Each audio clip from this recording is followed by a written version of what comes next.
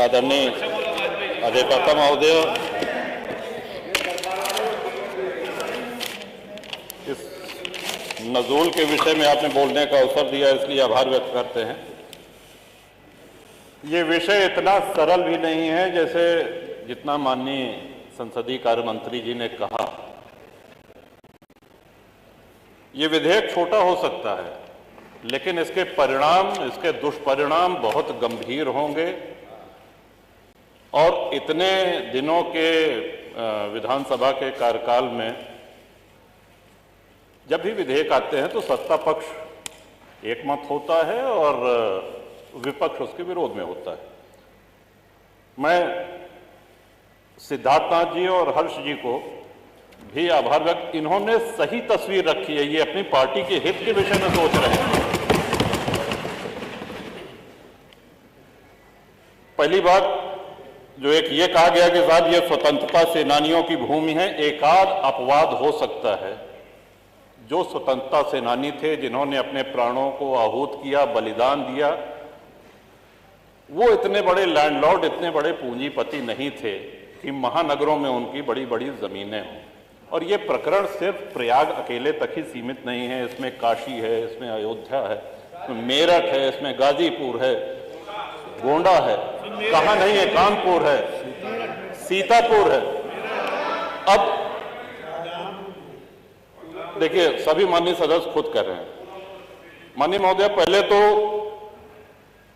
Bonafide एक शब्द जो इसमें कहा गया कि जिसने लीज की किसी भी शर्त का उल्लंघन न किया हो, उनको छांट करके ये उनको चॉइस दी गई कि आप चाहें तो ये किस्त जमा करके और अपना फ्री होल्ड करा लीजिए। ये लगभग, अगर हमको स्मरण आ रहा है तो 2002-2003 से ये होना शुरू हुआ। लोगों ने अपनी किस्त जमा कर दी, एक किस्त दी, दो किस्त दी, तीन किस्त। अब उसके बाद सरकार ने कहा कि हम अब आपकी किस्त नहीं लेंगे। देखिए, सरकारें कंटिन्यूटी में, जैसा सिद्धार्थनाथ जी ने कहा, जो निर्णय हो गया है, सरकारें आएंगी जाएंगी, बदलेंगी। आप किसी से किस्त पे कोई सामान लेते हैं तो किस्त, वो सामान आपका हो गया, वो संपत्ति आपकी हो गई। अब आप ये नहीं कह सकते कि नहीं, वो जो 15 साल पहले या 20 साल पहले या 25 साल पहले जो तुमने किस्त दी थी, ये पकड़ो अपनी किस्त और भूल जाओ इसको। और हम बहुत से ऐसे माननीय विधायक हैं जो शहरी क्षेत्र से हैं, लेकिन शहरी क्षेत्र से होते हुए भी ग्रामीण परिवेश का उनको पूरा ध्यान है। अधिकांश विधायक ग्रामीण परिवेश से आते हैं। अब जो गांव बसे हुए हैं, माननीय अधिष्ठाता महोदय, हम भी ये जानकारी चाहते हैं कि गांव जो बसे हुए हैं, क्या वो लोग अपनी भूमिधरी में घर बनाए हैं? इस सिद्धांत के तहत तो उनको भी बेदखल कर देना चाहिए। फिर जो आबादी में है, जो ग्राम समाज में है, गांव के गांव बसे हैं, गांव में अपनी भूमिधरी में किसने घर बनाया है? सब कच्चे में गांव, सब कच्चे में। तो कौन सा विकास कर रहे हैं? लोग सड़कों पे आ जाएंगे। और जब उस समय अंग्रेजों के बंगले, अगर प्रयाग की ही बात की जाए, तो सिविल लाइंस में भारतीयों को घर लेना निषिद्ध था, मना था। वहां सिर्फ अंग्रेज रह सकते थे। अपनी सेवा के लिए उन्होंने गाड़ीवान, कोचवान, बग्घी चलाने वाले, धोबी, माली, खानसामा, इन लोगों को वहां पे स्थापित किया, जो पुष्ट दर पुष्ट वहां पे चले आ रहे हैं। सागर पेशा एक बहुत बड़ा आंदोलन है प्रयागराज का। एक बहुत बड़ी संख्या में आप हजारों लाखों लोगों को बेघर कर देंगे। 3200 प्रार्थना पत्र लंबित हैं। 2300 लोग ऐसे हैं जिन्होंने अपनी किस्त जमा कर दी है। और हमारी जानकारी तो ये भी है कि हाईकोर्ट इलाहाबाद भी नजूल की भूमि पे है। कई सारे जजेस के घर, हमारी जानकारी, तो उसको भी खाली करा दिया जाएगा। Public service commission, public service का कितनी ये गंभीर, कौन सा विकास इसमें करेंगे? लाखों लोग बेघर हो जाएंगे। और मैं नहीं समझ पा रहा हूं कि किस मजबूरी में, किसके कहने पर, किन अधिकारियों की फीडिंग पर यह ले आया गया है।